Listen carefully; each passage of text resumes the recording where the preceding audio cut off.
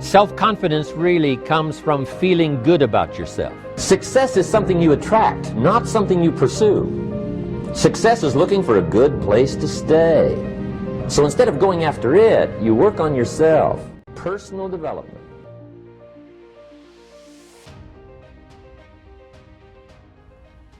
Where does self-confidence come from? And this is the best advice I can give you on that. Not neglecting, first of all, the small daily disciplines. Self-confidence really comes from feeling good about yourself. And one of the best ways to feel good about yourself is at the end of the day to know that you poured it on. You did your best. If you conducted a meeting, you did the best you could. If you made a phone call, it was the best phone call you could possibly make. If you wrote a letter, it wasn't a casual letter, it was your best letter. At the end of those kind of days, when you feel good about yourself, self-confidence starts to rise. You know that if you can have this kind of a good day, you can have another one the next day, and those days become the weeks become the months, and the month becomes a powerful year. Self-confidence comes from the lack of neglect. If you will not neglect to do the small daily disciplines, that's where self-confidence comes from. Part of good health is self-confidence. I know I'm going to be healthy. I eat the apple a day. I walk around the block. I do the jogging on the beach. At the end of the day, when you've really poured it on and you've done all the stuff, self-confidence grows. That self-confidence affects your health. It affects your future. It affects your psyche. So this is true. One of the great powers is self-confidence.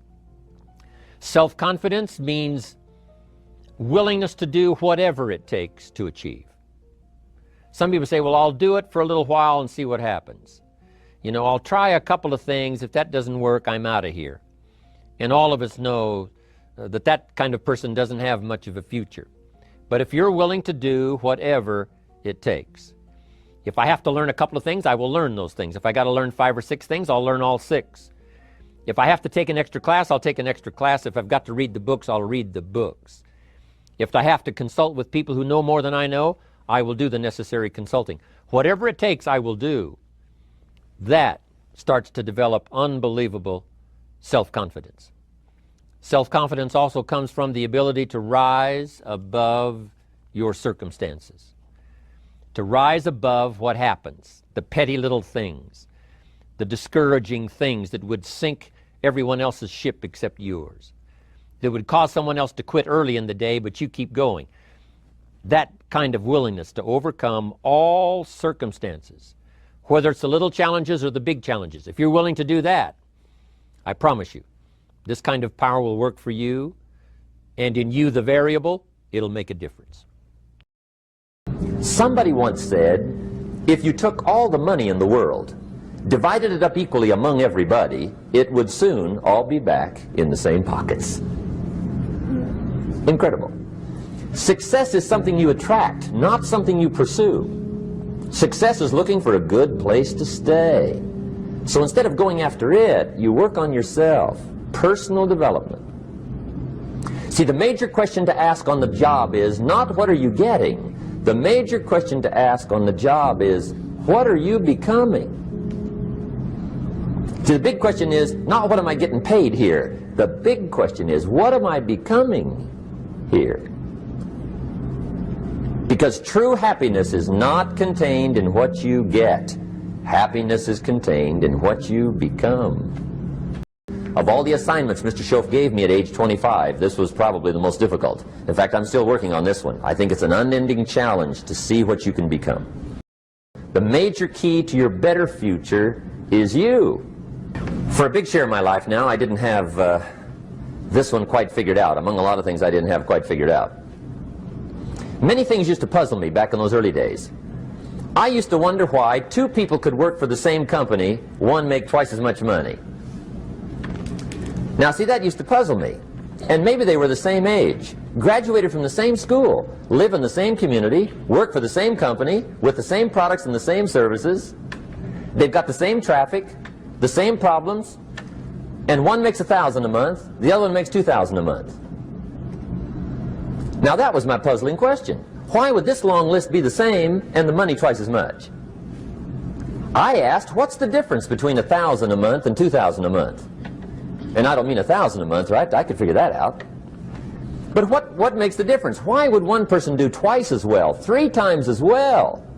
Speaking economically. Now, I know there's more than one way to do well. I understand that. But in this little narrow area called compensation, what's the difference? Well, back then, with my faulty thinking, I'm trying to reason it out. I thought, well, maybe time makes some of the difference, right? Some people do better because they have more time. I used to say, Harold ought to be able to do well. He's got a lot of time. If I had all of Harold's time, I could do well. Now, that's got to be dumb, right? Number one, you can't get somebody else's time.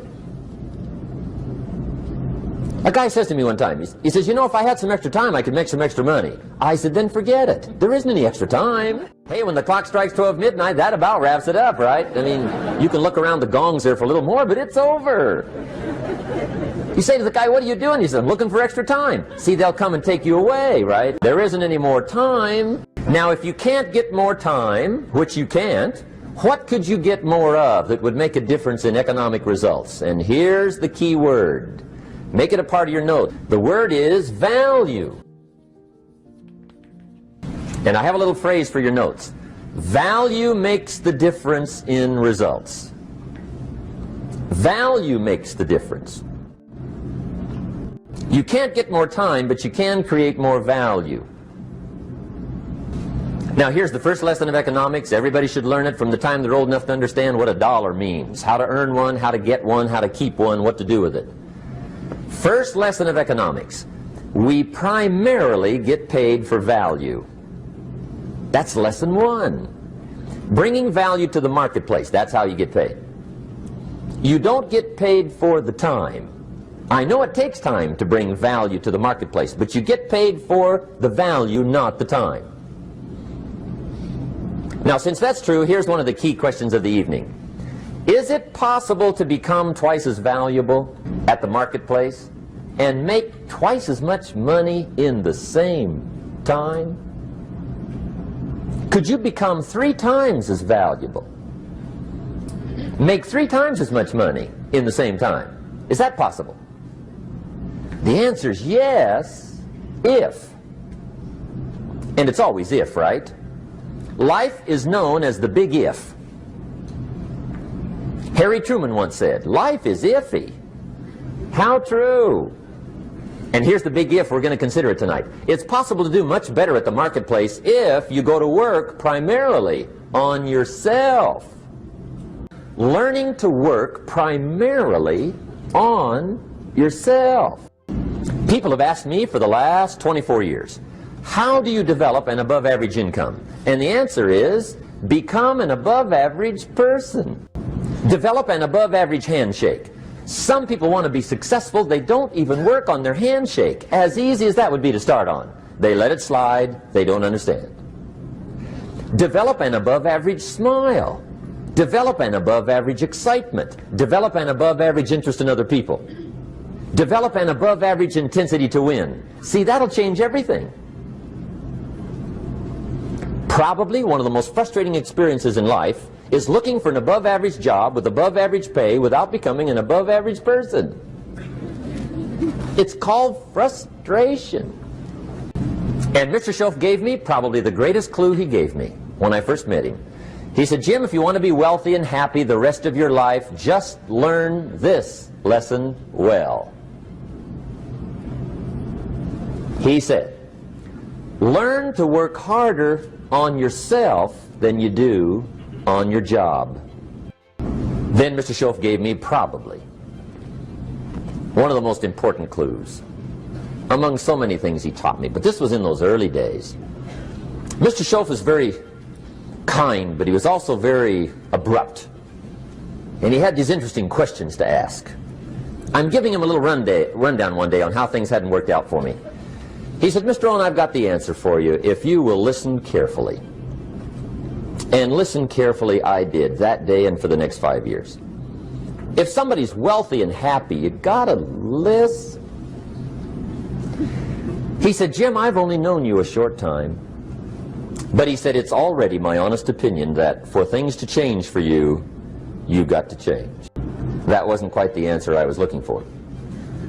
But that's the answer he gave me, and I pass it along to you. For things to change for you, you've got to change. Otherwise, it isn't going to change. Before I met Mr. Shoaf, I used to say, I sure hope things will change. Right? That seemed to be my only hope. If it isn't going to change, I'm in serious trouble. And then I discovered it isn't going to change, so I'm in serious trouble.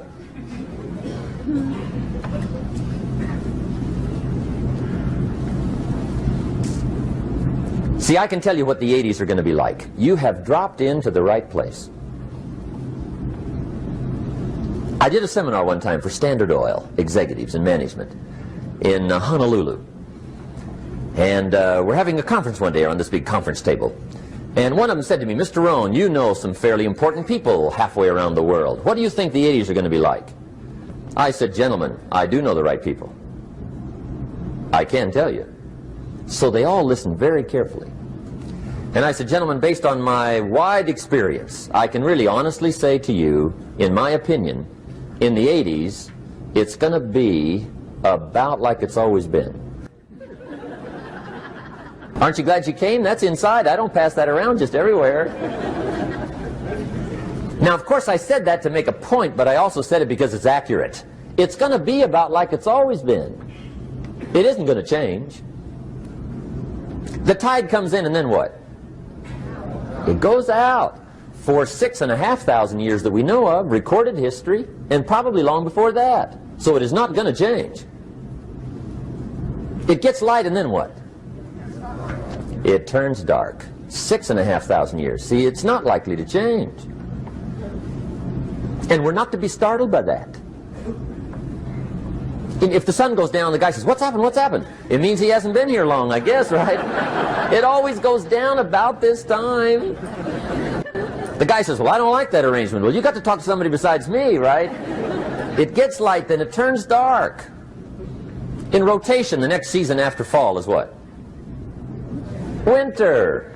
Pray tell, how often does winter follow fall? Every year regularly for the last 6,500 that we know of. See, it is not going to change. Now, some winters are long, and some are short, and some are hard, and some are easy, but they always come right after falls. It isn't going to change. Sometimes you can figure it out, sometimes there's no way to figure it out. Sometimes it goes well, sometimes it gets in a knot. Sometimes it sails along, sometimes it gets in reverse. See, that's not going to change. The last 6,000 years reads like this: opportunity mixed with difficulty. That's how it reads. It isn't going to change. The man says, well, if it isn't going to change, how will my life ever change? Answer, when you change. And whether I'm talking to high school kids or business executives, my message is always the same. And it goes like this: the only way it gets better for you is when you get better. Life seemingly does not wish to waste success on the unprepared. Life says, why waste a fortune on this person? They're not prepared to do the right things with it. They're not prepared to use it wisely. If a fortune was bestowed upon this unprepared person, it would probably be wasted. The people that could have been touched won't be touched. What could have been done won't be done, because this fortune will have been wasted on the unprepared person. So not only look for fortune, not only look for the promise, but prepare yourself and ask of yourself, what can I do to make myself ready? Because remember, life was designed not to give us what we want, not to give us what we need, but life was designed to give us what we deserve. Every value in life must be paid for, and those that pay are the ones that get it. It says those that give receive. Someone says, I wish to receive, I wish to receive. You don't have to concentrate on receiving. Just become a good giver. It says those that search will find. Someone says, well, I need to find some good ideas to help change my life for the future. Then to find good ideas, that doesn't come because you need them. It comes because you search for them. If you want good ideas, you got to go after them. You got to go to the class, you got to go to the workshop, you got to go to the training, go to the book, right? You got to go to the journal, right? Go where good ideas are being taught, go searching, go looking, because good ideas are not going to be wasted on those that are not seeking, searching, well prepared. So, prepare yourself to be ready for fortune when it comes, to be ready for challenge when it comes, to be ready for opportunity when it comes. Opportunity comes along and passes by the person that is not well prepared. I want to prepare myself this year for next year.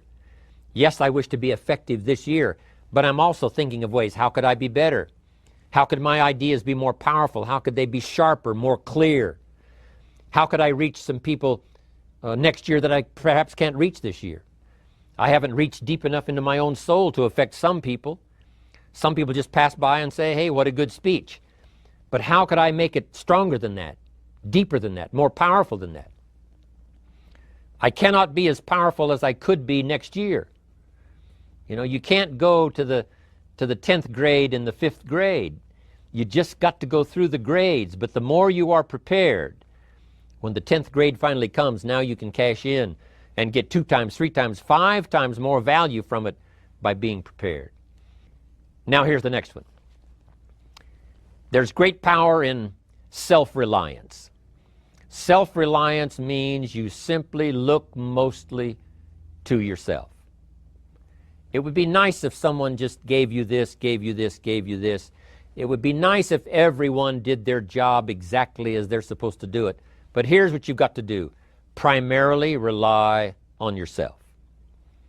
Primarily say, I'm the person responsible. And I will learn the necessary skills so that I can help people learn their skills. If I need lots of people to do certain things to build my organization, that is what I must have. But I've got to be the final backstop. I've got to be the final one that people can rely on. So that if this is missed and this is missed, I can catch up. I can fill the gap. I can do the job. We have to do it when we conduct meetings. We have to do it when we conduct training. We have to do it when we're in a class of just a few. What someone might have missed, we're there to fill in. Self-reliance. Primarily, we're learning to count on yourself. So that you can do this, never complain and never explain. Here's the next key power, and that's image. There's many parts to image. The image that others see you as, the image you have with other people. And it's very important how other people see you. If they don't see you as a leader, chances are they won't pay attention. If they don't see you as being in control, chances are they won't have the trust. If they don't see you as knowing where you're going, what you want to accomplish, they probably won't follow. But if people can see you, if you have the image of someone that's in charge, in control of your life, your future, your destiny, in control of the situation, if they see that, that kind of image is powerful. It helps to win the day. It attracts other people. People want to be around people that are in control, that are powerful, but they know how to use their power. Influential, but they know how to use their influence. That kind of image is important. But here's a very important image, and that is your image of yourself. The way you dress, the way you talk, the way you think, your capacity for learning. All of that is an important image that you have of yourself. The image that you have that if it needs to be learned, you could learn it. If there's a book that needs to be mastered, you could master it. If there's a skill that needs to be learned, why couldn't you get busy now and learn that skill? That kind of self-image, that I am continually trying my best to be the best I can. Because one of the most important places you have to look is into the future, yes. You got to look into the past, yes. You've got to look around, yes. But one of the most important places you have to look is in the mirror. You know, how I appear to other people, that's important. But how I appear to myself is the ultimate importance. That kind of image, to where you'll develop the self-confidence, you'll develop the self-reliance. Now here's another one. The next word is character. Becoming a person of high values, a person of principles, a person of honesty, a person that earns respect. That kind of character. So this is important, to develop the character within yourself, that people see you as honest, as fair, willing to do the right thing, willing to be helpful, but always willing to walk the center line, not to pass the line. Now here's another one. It's called self-discipline. Self-discipline, all of us have a challenge with that. Because sometimes it's easy, and especially if you're working hard, doing the best you can, it's easy sometimes to let up and let it go.